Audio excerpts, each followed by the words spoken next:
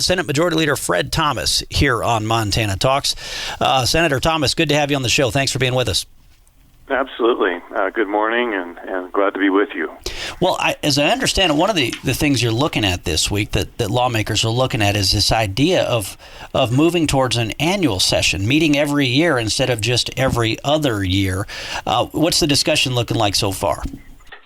Well, it's gone very well, and the purpose of this week was to give us the sense of, well, what's it like? I mean, if you came over here, and obviously it's just like we would be in any other legislative session on an odd-numbered year.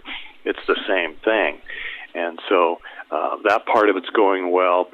Yesterday we had a 50 to 60 legislators in a seminar, a presentation at noon hour, taking in a very key tax decision called the Wayfair case from South Dakota that has national implications across the country on the changing economy and tax collections. And so, obviously, my point in mentioning this is that this is the kind of the opportunity to take this in and develop our legislature as we're doing it today. And so it's going real well. Yeah, we got a great phone call from Richard in Jordan, Montana, just a few minutes ago, and he said he's got some concerns about the legislature moving to an annual basis. Hey, if they can't get the job done every other year, why should we have them do every year? And I guess I kind of see it in a couple of different ways. One, I know there's been some legislative sessions where it's like, boy, there's some folks who said they can't get the legislature wrapped up soon enough because the longer they stay, the more problems it's going to cause.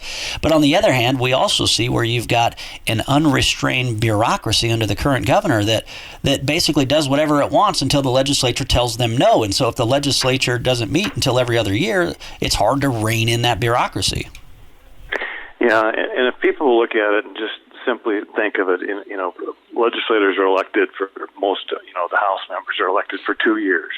And so in that 24-month period of being a legislator, they're here in Helena for the first 4 months, and then the next 20 they're not, except if they're on an interim committee and they have no clout and to speak of. And so for that other 20 months, that's when you just turn the government carte blanche over to the executive branch and the judiciary, and your legislature is not there to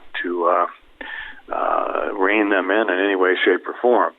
If we split the session into a budget session and then the following year a general session, then we know we're coming back. They know we're coming back, and we can act. And it would change. It would tip the balance significantly to where the citizens' legislature has input and some clout with these other two branches where we don't today, as like we should.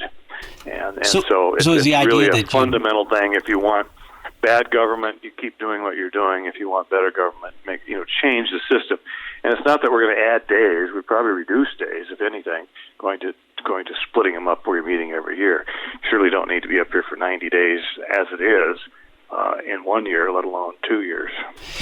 So the idea wouldn't be that you do a 90-day session each year. You would split that up somehow, but amongst the 2 years. Yeah. Where have you done a whip count on this, both Democrats and Republicans? Where do you think the support or opposition stands?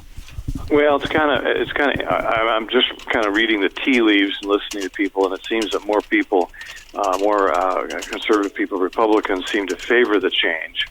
And it seems to be more Democrats, liberal people don't favor this change in the legislature, those in the legislature. And I think that has a lot to do with the public versus private sector. The private sector, for profit, they want to get back to work. They don't want to be here January, February, March. In April, they'd rather be here just in January, February every year so you can get back to agriculture, calving, get back to work, in March and April instead of being here. I guess if you work for the government, you're a legislator, which most do in that case. It may not make a difference. They're not in a for-profit industry, private sector. The job's going to be there waiting for you no matter what. Yeah, whether the works need to be done or not. Yeah. And then final question for you here, too, Senate Majority Leader Fred Thomas. Great to have you, and thanks for doing this update. I know this was the topic we wanted to tackle with you today. Is there one other big topic that's really dominating the discussions behind the scenes this week at the Capitol in Helena?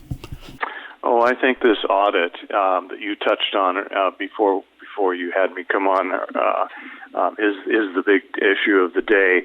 It's a big issue this year because I've always felt, when in the discussions with the administration, in committees, questions answered, looking for data, that they were always failing and have been failing to do their due diligence to scrutinize people that are on and continuing to hang on to public benefits when they may not have it coming. And so I think that audit is all of a sudden, pried the lid off that can, and then people are saying, well, what's going on here? Public benefits are a valuable thing for people that deserve them, and we shouldn't have anyone else on them that doesn't.